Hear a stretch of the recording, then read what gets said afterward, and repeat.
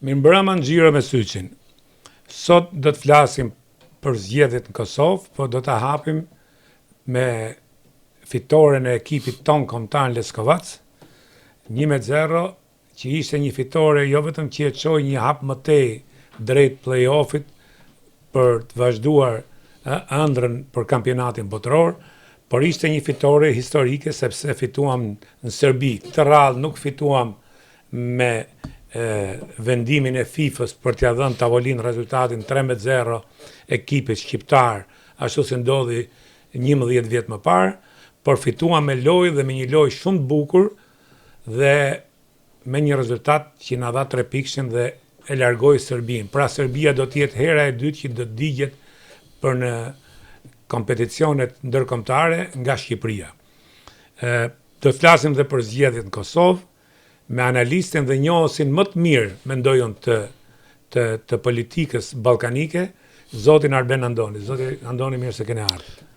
Faleminderit, po marritët shumë pjesën e kreditit. Jo, ky është mendimi im, unë mendoj kështu. Edhe faleminderit. Jeni atëherë për ta vazhduar më tej, jeni analisti më serioz për sa i përket politikës ballkanike dhe politikës brendshme. Mirë, po fakt keqësisht media shqiptare dhe banaqet e Tallavas darkës duan zhurmë, nuk duan mendim. Zoti Andoni, si e pat fitoren e Shqipërisë, si njohës i mirë i serbokroatishtes, çfarë keni lexuar në gjë interesante gjatë këtyre 2 ditëve? E para entuziazmi i njerëzve, patjetër, edhe unë kam qenë pjesë e entuziazmit, por të jemi sinqert, deri në minutën e fundit kam qenë i friksuar. Ju e dini, edhe ju keni përvojë të madhe. Duke fotografuar dhe 5 minutat e fundit rrisë çdo sekondë pa orën. Neve ju e dini që ne gjithmonë kemi qenë viktima të minutave të fundit. Por duket që djemt fal që një pjesë e tyre luajnë në kampionate relativisht të mira, përveç disa individëve që luajnë në kampionate vërtet të mira, kanë fituar besueshmëri. Kanë fituar një lloj, të themi, qetësie, që të bën të mendosh që çdo matricë taktike që bën trajneri dhe trajneri në mendimin tim luajti mirë taktikisht në këtë ndeshje, do realizoj, dhe ashtu ishte. Më vjen keq nga kjo pjesa nihiliste ndaj trajnerit Silvinjo. Duhet arrim të kuptojmë që në pak ditë sa i arrin të grumbulloj lojtarët, sa i njeh antropologjinë tonë, bën gjën më të madhe. Po është dhe një fat i madh sepse është trajner pa ngarkesë emocionale për sa i përket asaj që kemi ne me serbët. Më ka bërë çudi diçka, isha para disa ditëve në Serbi, në fakt me qelloj në kohën e paradës, isha në kohën e paradës, dhe rastisa me ndeshjen Partizanit Crvena Zvezda. Dhe përshtypja ka qenë që kampionati i tyre është dobësor jashtëzakonisht. Ka përsëri frymë shumë të madhe kur është derbi i qytetit, që është një derbi më shumë të themi historik, antropologjik për Beograd, si Partizani Tirana. Por se nuk e justifikon atë cilësinë e Crvena Zvezdës dikur dhe Partizanit Vokrit, që kanë qenë ekipe vërtet me peshë. Megjithatë, në këtë ndeshje, personalisht kam parë një ekip të disiplinuar, sidomos nga ana taktike. Po. Dhe një dobësi të jashtëzakonshme të ekipit serb, po kjo nuk na takon neve. Shpresoj që Shqipëria të paktën mos të kapet nga deliri. Ne vazhdimisht ju e dini kapem nga deliri dhe kemi prishur shumë lojtar. Njëri syresh është Broja, që më duket fal miklimit vazhdueshëm të gazetarëve dhe të tjerë, duket që e kanë nxjerrë jashtë forme dhe atij djalit duhet të punoj shumë fort, më shumë nga ana psikologjike që të afrohet te goli. Por ke serbët më bëri përshtypje diçka tjetër, që e kaluan më një herë këtë dhe arritën që të kanalizonin gjithë natin ke njerëzit e tyre. Kryesorja ka qenë Piksi, Stojkovic, trajneri, për arsye vetme lojtari i madh. Është moshatar, pak a shumë. Dhe falë që po ndërhyjeni, një gentleman. Po. Stojkovic, sepse edhe në Shqipëri u soll si gentleman, uroj që mos ketë incident, bëhet një lojë e bukur, kush tjetër i zotit fitoi do. Dhe tashti mbas ndeshjes erdhi i dha dorën edhe e Silvinjos, edhe Armando Dukës, e merituar fitore, Po, rrugtim të mbar. po. Vjen një që nuk përfundojnë ndeshja me ndonjë incident. Keni drejt, edhe më bëri përshtypje edhe diçka. Lojtarët tanë në fund të ndeshjes janë sjellë në mënyrë shumë profesionale.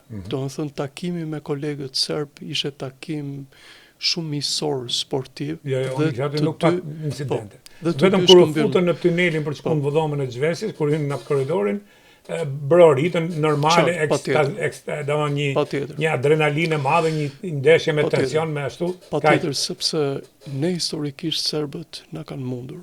Po. Dhe ju e dini që para pak vitesh na mundën edhe në Elbasan. Dhe ky rezultat mendoj që është nga rezultatet më të mira që kemi marrë, por unë prapë besoj që fitoria që kemi me Greqinë është një fitore që s'duhet harruar sepse u bën ndaj kampionës së Europës dhe ishte ndeshja e parë mbas fitores kampionateve. së tyre. Megjithatë, me të dyja ne kemi probleme nacionale të një primitiviteti ballkanik, mendoj unë. Po, Edhe unë do dëshiroja, nuk e di çmendimin ju, që ndeshjet midis Serbisë, midis Greqisë, mos të luhen në këtë frym. Po të luhen në një atmosferë sportive, në një garë sportive, nuk kemi pse fusim këto urrëtiet nacionale. tani Ndoshta është e lehtë për të thonë sepse në Kosovë janë vrarë shumë njerëz, por unë mendoj dikur se unë kam thënë që as serbët nuk kemi ku i qem, as grekët nuk kemi ku i qem, as ne nuk do hikim. t'ju them një element, është diçka për sa i përket serbëve. Ne serbët historikisht i kemi pasur përballë. Serbët na kanë vrarë në Kosovë dhe ne i kemi vrarë. Na kanë vrarë më shumë. Por tek ne kanë ardhur të mundur, të drobitur, të poshtëruar. Dhe ju e dini që Esat Pasha i kanë nxjerrë nga Durrësi, i kanë nxjerrë nëpërmjet forcave franceze dhe angleze në Selanik. Unë kam përkthyer një poezi të njërit prej autorëve të tyre, që ka vdekur shumë herët. Premtonte të ishte një miqen i Serbisë dhe poezia aty është Plava Grobnica, është Vareza e Bluint. Dhe kjo kushtohet 8.000 serbe që i kanë hedhur në det sepse nuk ishte varre në Greqi për t'i përmbledh. Po me çka duhet të them? Ka pak gazetarë si ju që kanë sfond sportiv, sepse ju keni qenë sportist, ashtu se dhe unë kam qenë sportist, dhe kemi qenë me ekipet e para. Unë kam qenë me Dinamo Notar. Unë kam qenë basketbol me të rit. Ju keni qenë basketbolist me të ri. Dhe një pjesë qytetarie dhe kulture. Pash një pjesë të kolegëve tanë dhe kam dashur ta ndaj. Lutem preke këtë vend. Patjetër. Më ka shqetësuar shumë kjo pjesa e alarmit dhe pjesa e patetizmit që bëni sikur kudo ju ndiqnin me snajper. Po. Jemi në të njëjtën frym, se këtë kam thonë për 2 ditë. Është turp për gazetarinë dhe nuk është në profesionalizmin e gazetarisë për të krijuar lajm për lajm. Sepse do të humbësh besueshmërinë. Unë isha vet atje, ishte një siguri e lartë, por nuk ka ndodh asnjë lloj incidenti. Disa gazetarë, në fal që po të pres, janë kontrolluar në kufi dhe e quajnë idiot madhe dhe duan të bëhen protagonist në një situatë të tillë me një lloj note heroike që është heroizëm patetik. Ajo që thotë. Vazhdo të thënë. Dhe është diçka e cila vazhdimisht, sidomos në Tiranë, duke mos e njohur Serbinë, shtohen gjëra artificiale. Serbët kanë kohë që nuk kanë ndonjë kujdes për futbollin. Për serbët e shhumbje tani për shkak kanë përjetuar shumë keq eliminimin e ekipit të tyre të basketbollit. Sepse ju e dini që basketbolli i tyre është nga ekipet më elita botërore. Elita botërore, amerikanët, rusët, jugosllavët vishin nga atë kohë në Jugosllavisë. Dhe tashmë ka rreshtur shumë dhe sulma e tenisit, sepse Djokovic tashmë është plakur dhe ka rritur shkon deri në 4-5 ose të themi në 2 turet e fundit, 3 turet e fundit, po duket mosha. Ndërkohë që ata kanë katapultuar 4 tenismen që i kanë brenda 100-s botës. Kanë waterpol prapë mirë, kanë atletik shumë të mirë, e tjera. Dhe më është dashur të debatoj dhe me kolegë tanët, do më thënë para ndeshjes parë, Nuk është kjo pjesë zymësie që ne themi për pjesën e futbollit e kështu, është patjetër parullat që ata nxjerrin, dhe këtë dua ta ndaj me ju. Tashmë ata gjithçka të keqe identifikojnë me një konotacion shqiptari, po pa pasur në kokë shqiptari. Shqiptari i thonë ata. Pse bëjnë këtë?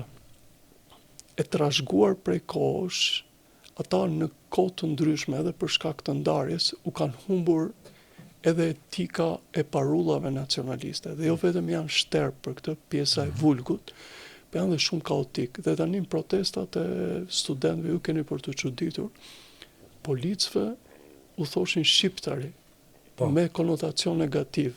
Do të thënë me konotacion të keq. Pse s'bëjni me ne, pse jeni kaq të këqij? Por pa pasur në kokë realisht shqiptarët e vërtet, shqiptarët e sotëm.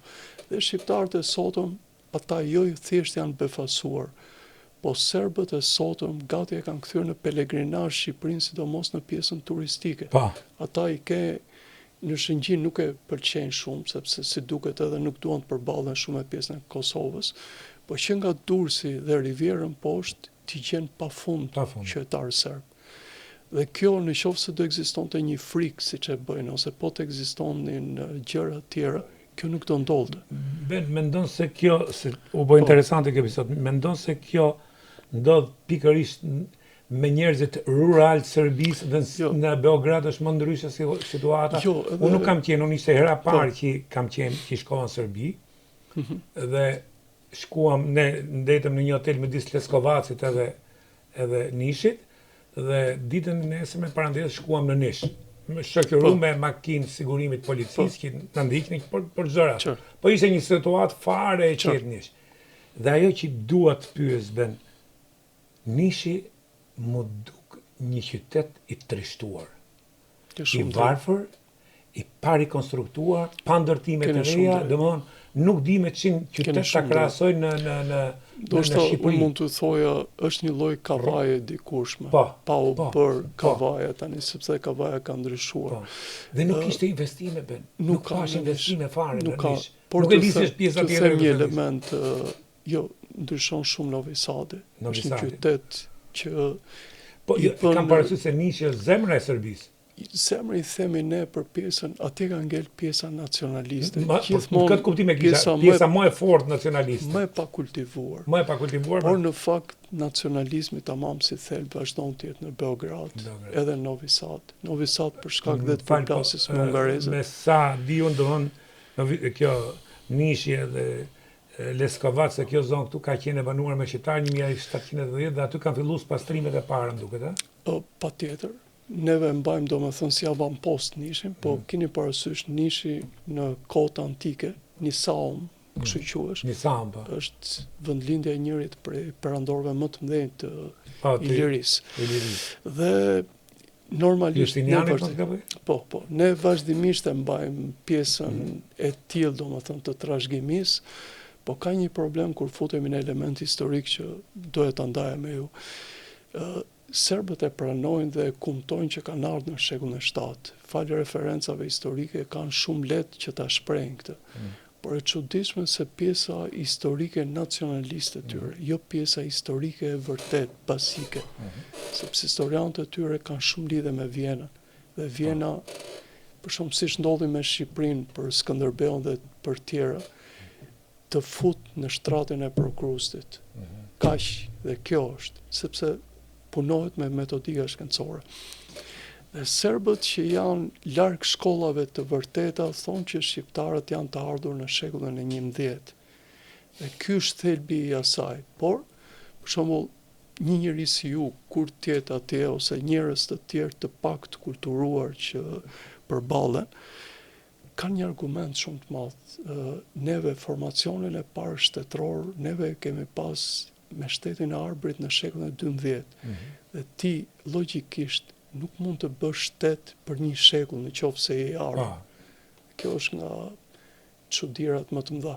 A ndodh për shkak si në rastet e Amerikës ku shkonte një komunitet nga Irlanda ose nga Anglia, por që vinin në formacione mirëfilli shtetërore që mund të krijonin produktet dhe element të formësimit të shtetit, po jo atje.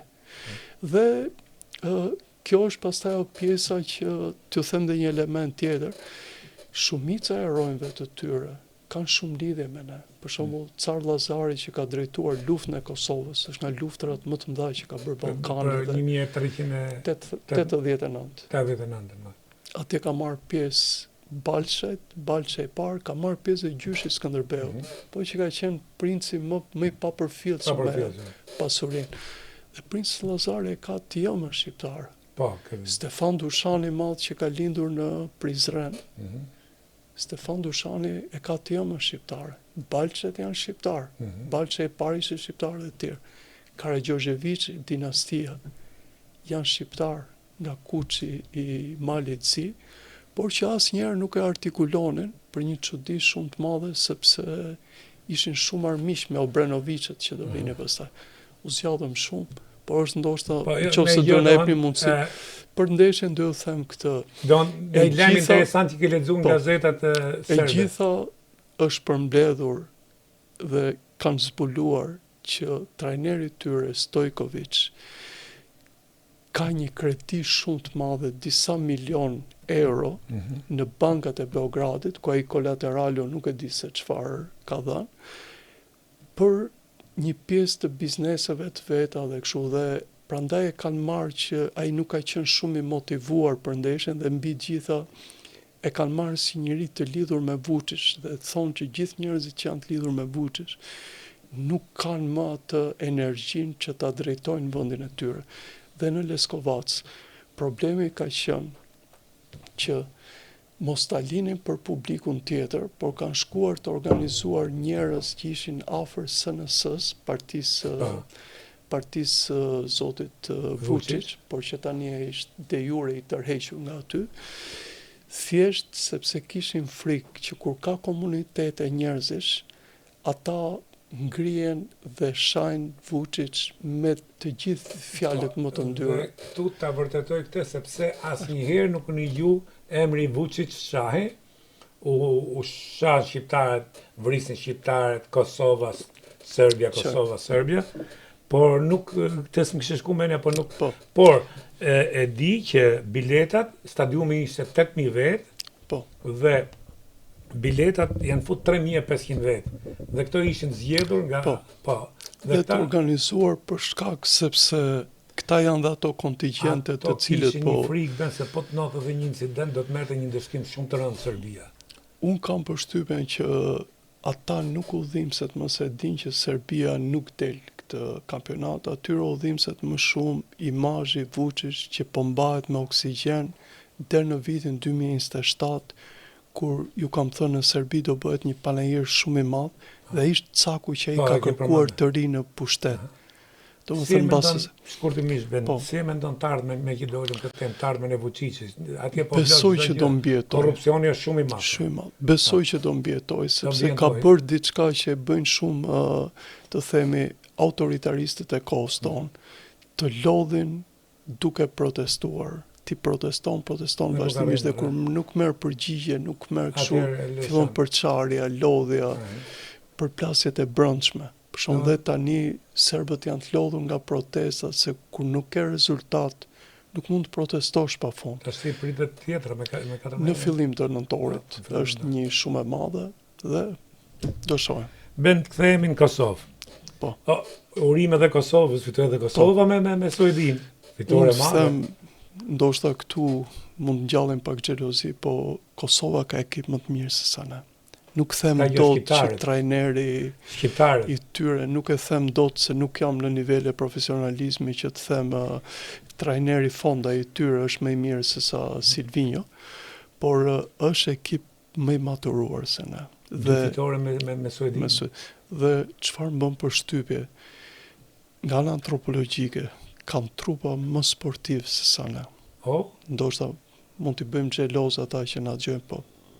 S'ka jo, tonët janë dhëta? Janë tonët, po uroj të paktën ju i patë aty, një pjesë e futbollistët tanë luajnë me shumë gjak, po doja që t'ishim fizikisht, Ja pra broja ka gjithat fizike dhe nuk po jep pritshmëri. Edhe Gjimshiti. Edhe Gjimshiti ka fizik shumë të mirë. Ajeti ka fizik të mirë, por nuk është fizik. Bajrami, po. Ka bën një tribim kur boni që umë edhe rastin, po sa bukur T'ju them diçka.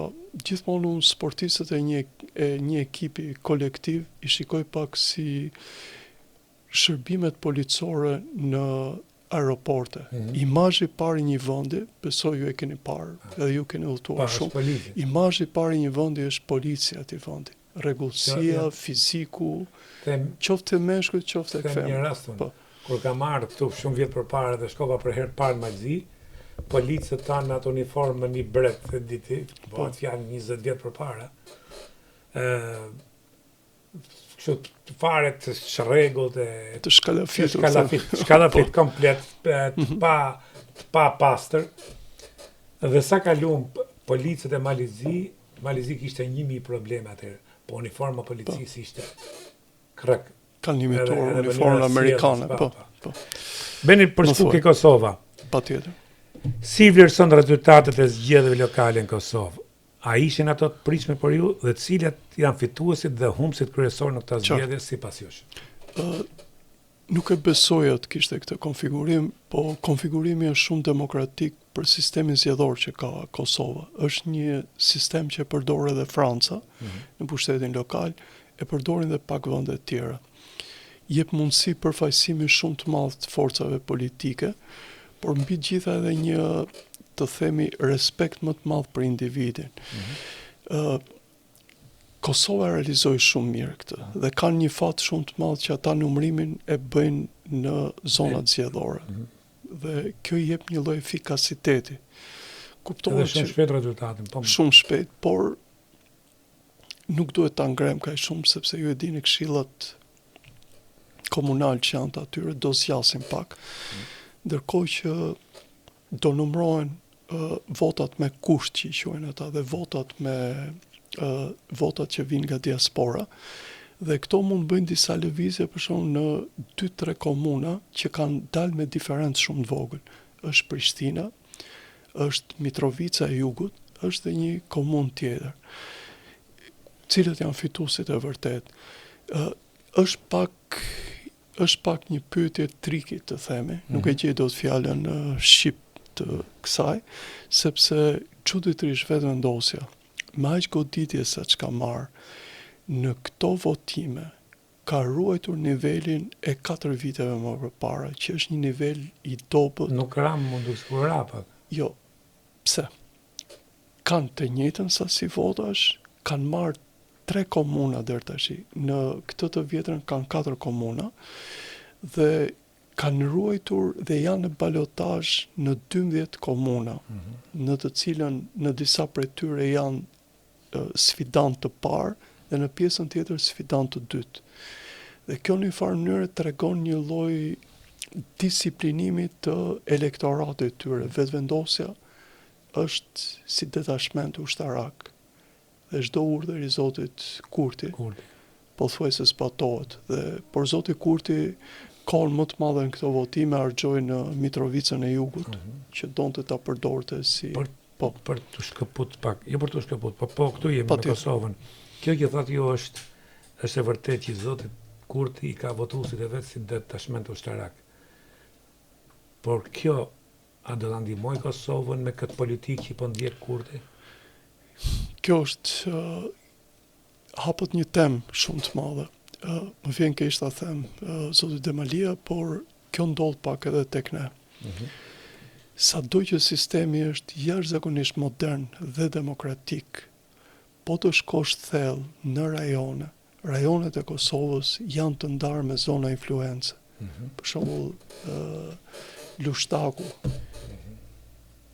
është një fitues i cili fiton për shkak të klaneve, për shkak të forcës. E kemi edhe këtë ne. Po, por ai është një personazh shumë i njohur, shumë problematik me ligjin, me të gjitha, dhe i ka fituar thjesht për kësaj. Zoti Lladrovci, që ka punuar mirë dhe që u shkëput nga LDK-ja, fitoi thjesht fal mbështetësve të vet. Në vende të tjera janë, nuk po them në Prishtinë dhe në Mitrovic, po në zona të tjera janë dukshëm individ të cilët janë pjesë e klaneve, familjeve dhe grupeve të interesit. Dhe për shembull një njeri i cili në qoftë se do kishim një koleg nga Kosova, do i shpjegonte gati me detaje këto grupe interesi, në qoftë se do donte të ishte i hapur. Ndërkohë që të kthehemi tek pyetja juaj me të drejtë, LDK-ja është rritur për sa i përket numrave të pjesës këshillave komunal. PDK-ja ka rënje.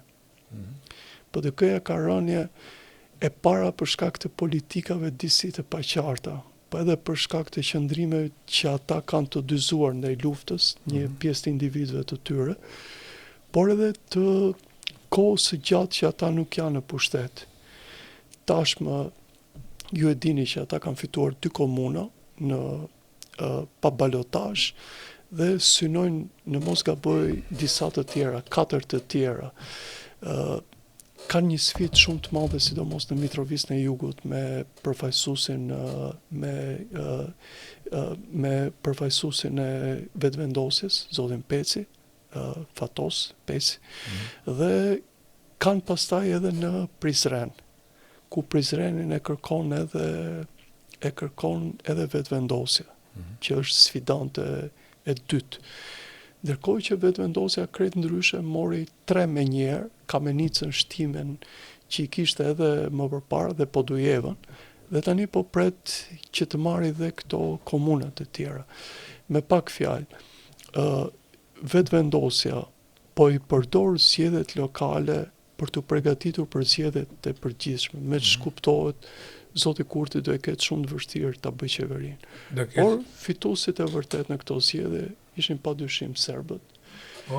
Po, kanë marrë 9 komuna pa balotazh.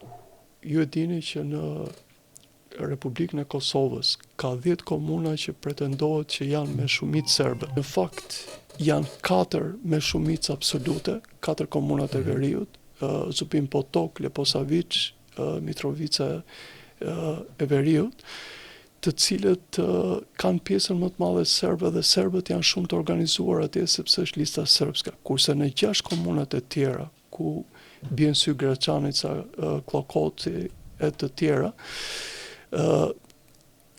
ka filluar të ketë një përpjekje të partive të vogla shqiptare që të bashkohen dhe sfida ishte tani në Graçanicë, ku një përfaqësues shqiptar i bashkoi gjithë shqiptarët për t'u përballur. Ju e dini Graçanica është shumë afër me Prishtinën, është prap një bastion i serbë dhe nuk arriti për shkak sepse mobilizimi i serbëve i zotit Vučić ka qenë skajor.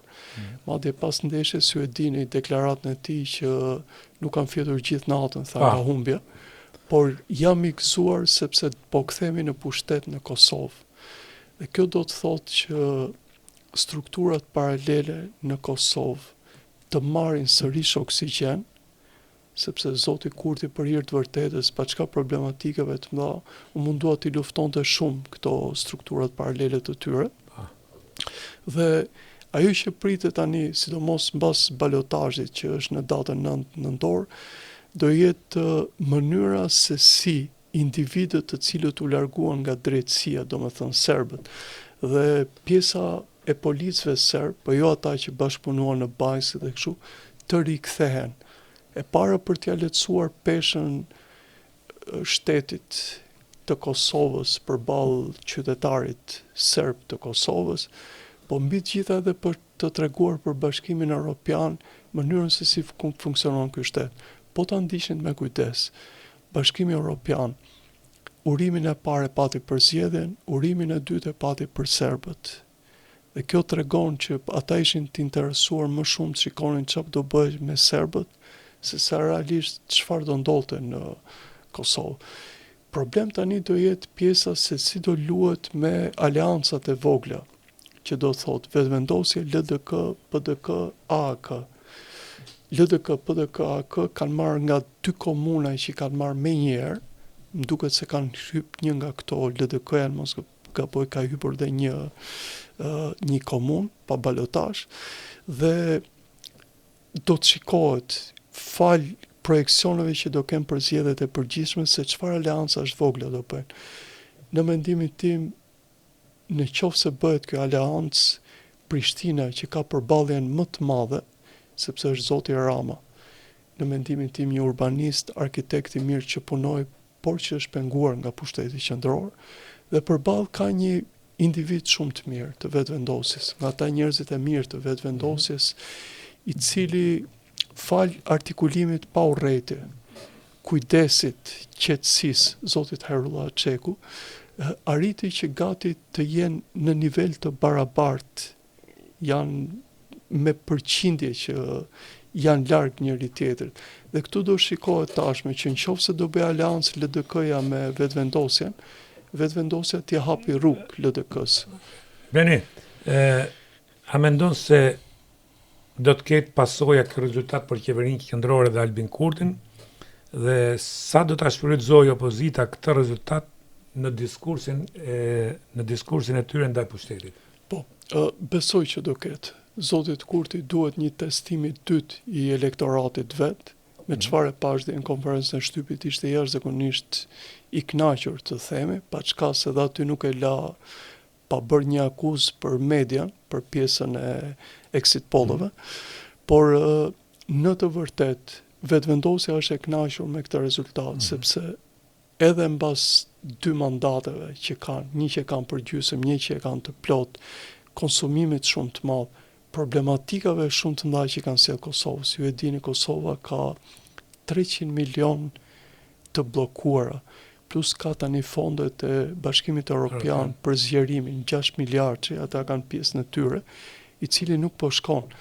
Dhe një element tjetër t'ju them, është llogaritur që çdo ditë vonesë në Kosovë e mos ngritjes së institucioneve kushtonte 2 milion euro.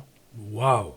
E kjo është një... Dhe sa u bë gati 6 muaj kjo? U bë 6 muaj. 6 muaj çdo ditë 2 milion euro, imagjino tash 32, 60, 66, 360 milion euro i ka kushtuar Kosovës në një kohë që gjithë kjo rëndon buxhetin. Rëndon buxhetin e buxhet. Wow. Dhe këtu ti shikon që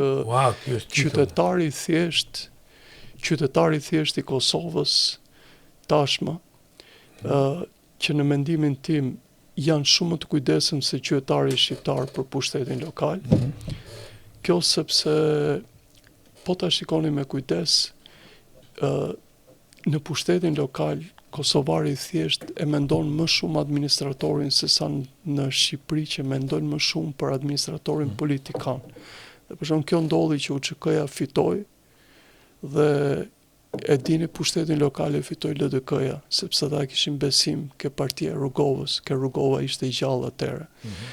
Fitoi vetëvendosja para 4 vjetësh dhe ata menjëherë kur u bë pushteti lokal, ata ja dhan votën, ja dhan partive të tjera, ja dhan LDK-s edhe PDK-s, sepse i shikonin që këta kishin administrator më të mirë se sa vetëvendosja. Dhe partitë e tjera besoj që do shfrytëzojnë shumë këtë ngërç, e para për kalkulimet e tyre për zgjedhjet, me çfarë shikoj vetëvendosja do t'i bëjnë në 10 orë zgjedhjet, po nga ana tjetër edhe për të ardhmen e tyre. LDK-ja është në një bjerje, ndërsa PDK-ja është një bjerje akoma më të madhe. Publicitet.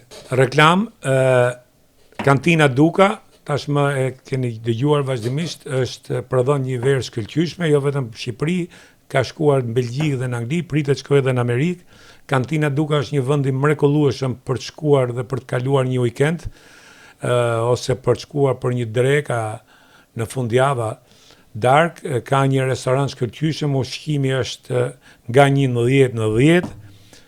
Tash shpejt i mbarojnë dhe bujtinat, që do të jenë 10 bujtina, ku mund shkohet për weekend dhe të bëhet hiking rreth kodrave dhe pamjes bukur të liqenit, që është rreth vreshtave të kantinës Duka. Për këtë, së shpejti, Kantina Duka do të ketë edhe të tjera prodhime që do të shtojnë edhe më tej larminë e kësaj kantine dhe vlerat e kësaj vere që tashmë ka kaluar dhe kufit e Shqipërisë. Kantina Duka.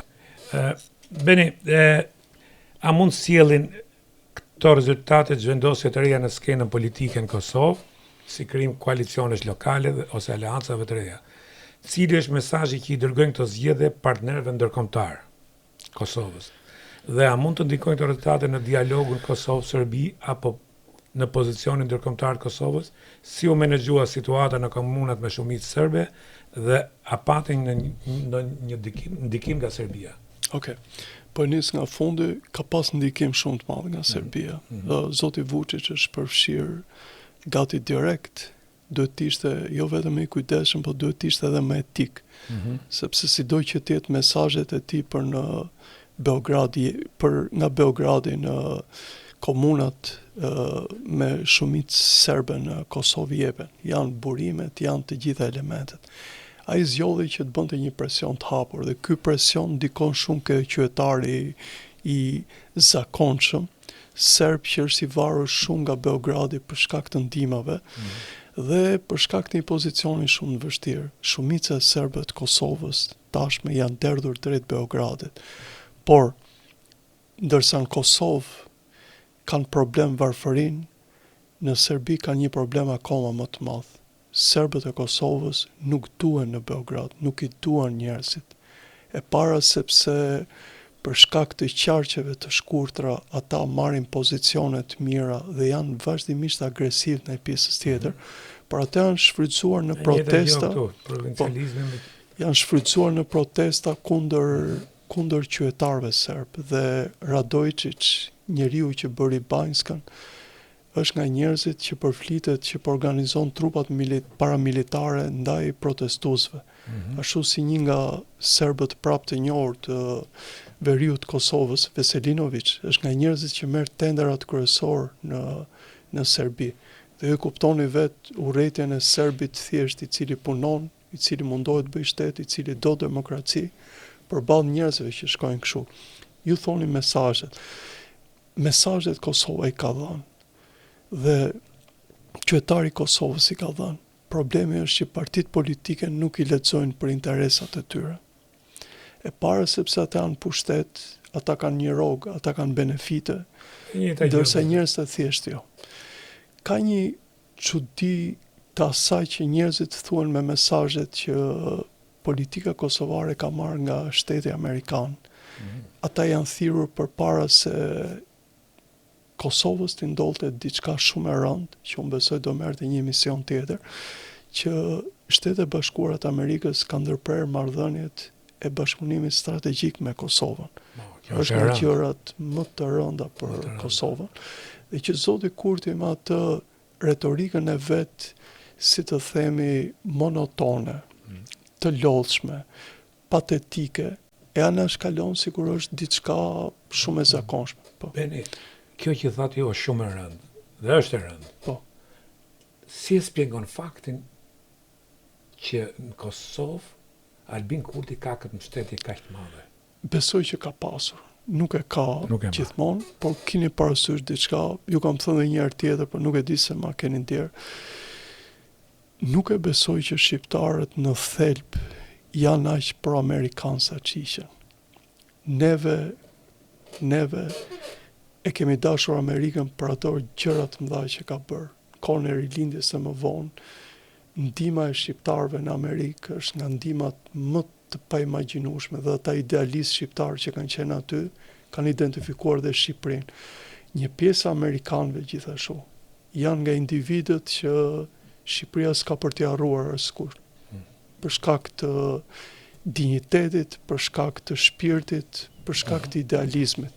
Me pak individ vendesh Shqipëria ka gjetur këtë sinergji me Amerikën. Por ku shikon që shqiptari ka ulur kurizin edhe para rusit, nuk po them para rusëve të mirë, se kanë ardhur dhe rusë shumë të mirë në Shqipëri, kanë ndërtuar Shqipërinë dhe punonin njësoj si shqiptarët e thjesht. Ata që bën fakultetet tona, që ndërtuan, kanë qenë shumë të mirë. Por të shikosh një pjesës të servilëve të qytetarëve tanë, mënyrën si kanë shkuar, si shkuar nga rusët ke kinezët. E më i kemi përjetuar 90-në që ishin pro, edhe mas 90-s u bën pro-amerikanët më të mëdhenj. Po. Dhe ke s'dutja përmend emrin një analisti që ti e di për çfarë ka fjalën se ka është në atë botë, si ka shkuar në atë botë, po që deri në vitin 90 shkruante artikuj kundër imperializmit amerikan. revizionizmit, pastaj u bë pro-amerikani më i madh, pa kalu 6 muaj. Dhe për shembull, Shtetet e Bashkuara të Amerikës kanë qenë shumë kujdesshme kur panë që nga Kosova dhe nga Maqedonia e Veriut iknin shqiptar pafund në mbështetje të ISIS-it. Të mendosh që amerikanët na mbrojtën nga amerikanët dhe anglezët. Unë nuk kam gjë me religionin, po ky religioni ekstrem i një pjesë të Maqedonisë dhe Kosovës është iron, po. Dhe për hir të vërtetës, kjo pjesë e shqiptarëve, unë nuk po them për një mirënjohje të them verbale ose kështu, ose dhe mos të flasim për amerikanë që e kanë tepruar, për shembull siç ishte ambasadori Dell në Kosovë, kohë më përpara. Por nuk mund të mohosh se Amerika në çdo moment jo vetëm ka këshilluar, po i ka dalë përpara shumë rreziqeve të Kosovës. Unë mendoj që pa qenin e Amerikës, Kosova nuk do të ekzistonte sot dhe Shqipëria do të kishte probleme. Qartë. Pra, fundi e fundit ç'është politika, interesa, marrëdhënie interesa. Absolutisht. Me kë i ke interesa? Por ka diçka që ne për amerikanët ruajmë një sens egzotizmi që ata me sa duket u pëlqen, që u konvenion pak në pjesën e kimisë politike. Pas ka një kimi edhe antropologjia dhe politika që ti me disa vende të caktuara shkon. Nuk po them si shkojnë Amerika me Irlandën që është shumë e thellë. Kjo është e vërtetë se edhe në kohët e komunizmit, ti e di të paktën pjesat e ka qenë një dashuri për Amerikën, pavarësisht se në aparencë ishte që po edhe vetë politika nuk ka qenë shumë agresive. Është shumë drejt. Dhe vetë politika e regjimit ka qenë agresive, do në ishin ato formalizëm. Dhe duke përgjigjur pyetjes tuaj, duke vazhduar se më bët disa pyetje rresht, komuniteti evropian ka qenë shumë i kënaqur me shkuarjen e kësaj, por mesazhet jepen në formë institucionale kur ti bën qeverinë dhe merr menjëherë masat që të zbatosh ato që të kërkohen. Dhe duke ditur që Kosova është në lupë gjithmonë, duhet të reshte që të paktën këto humbjet shumë të mëdha që kanë. Shumë kjo humbja ditore është e frikshme. Ti vën një fre dhe mbi gjitha të shpejtojnë, të lehtësojnë barrën e pafund që është mbi qytetarën e thjeshtë Kosovës dhe që e dha rezultate në këto zgjedhje. Do të them një element në numërimin që është bërë të popullsisë Kosovës para një vitin, mos gaboj, ata rezultojnë tani që janë gati 1.6 milion banor. Ndërkohë që i bie me një kalkulim të thjeshtë që në lista zgjedhore duhet ishte 1.17 ose diçka tjetër, ndërsa kanë votuar 800.000 njerëz. Që do të thotë është një zbritje shumë e madhe, por që po ta shikosh me kujdes ka një pjesëmarrje të madhe në votime, por ka bjerje të kosovarëve po ikin nga vendi. Dhe të lësh një vend tjerë para një agresori siç është Serbia që vetëm po pret momentin, Serbia do sulmoj. Them që ai patriotizmi janë që bëjnë duhet se shqipojnë është folklorik. Është folklorik. Është folklorik. Nuk i ke. Këto e kanë serbët, për të qenë sinqert, po edhe grekët e kanë më të fortë, nëse e kanë të vërtetë, e kanë institucional. Nuk e di, është feja që kanë ndikuar apo besoj që është feja, po besoj që është dhe nacionalizmi. Feja dhe nacionalizmi kur gjejnë mundësinë, po, janë dhe luftrat. Luftrat i edukojnë popujt. Luftrat janë higjen për popujt. Por uroj që luftrat të jenë të qarta dhe të jenë të pastra. Bene, çfarë ndikimi do të kenë këto zgjedhje për përgatitjen e zgjedhjeve të ardhshme parlamentare? Po, besoj që nëse nuk do arri zoti Kurti në 12 ditët në vazhdim që të bëj qeverinë, ai sot ka filluar nga takimet. Atëre dhe me çfarë shikojnë nga predispozita e vetëvendosjes, ata do kërkojnë që të kalohet në zgjedhje të përgjithshme, megjithse zakonisht mandati në këtë rast i takon partisë së dytë. Dhe duhet të jetë partia e dytë që të mendojë se e merr zoti Bedri Hamza, i cili duhet vendoset, po me çfarë shikoj Kosova do detyrohet që të shkojë në zgjedhje të parakoshme ose të jashtëzakonshme, nuk di si do emërtojë. Ky rezultat a do të ndikojë në marrëdhëniet mes nivelit lokal dhe qeverisë qendrore? Dhe a ka rrezik që të ketë Shumë. blokada institucionale? Shumë për një arsye, zoti Demalje, gjithmonë zgjedhjet janë të kalkuluara në mënyrë të tillë që të ketë diferencë të zgjedhjeve lokale me zgjedhjet e Qendrore. përgjithshme, sepse një pushtet korrigjon tjetrin dhe një pushtet shikon tjetrin. Por vetëvendosjes dhe partive tjera u duhet rezultati nëndorit, që të shikojnë si kanë bastionet në për lokalitete, dhe pastaj të bëjnë kalkulimet e tyre për zgjedhjet e përgjithshme. Po kemi dy regjistra. Qytetari kosovar ndryshe mendon për pushtetin lokal, ndryshe mendon për pushtetin e përgjithshëm. Prandaj zoti Kurti me atë karakterin e tij dhe retorikën e tij arrin që akoma të përthithi individ. A mendon se janë këto rezultate reflektimi nevojave dhe kërkesave qytetarëve në nivel lokal dhe sa do të këtojnë këto rezultate në shërbimet lokale dhe qeverisjen e përditshme? Unë besoj që me këtë varfëri që është Kosova, besoj që pak do ashtu, për shkak sepse një pjesë e projekteve janë të bllokuara. Për shkak ju e dini që USAID-i nuk funksionon, që kishte edhe projekte lokale.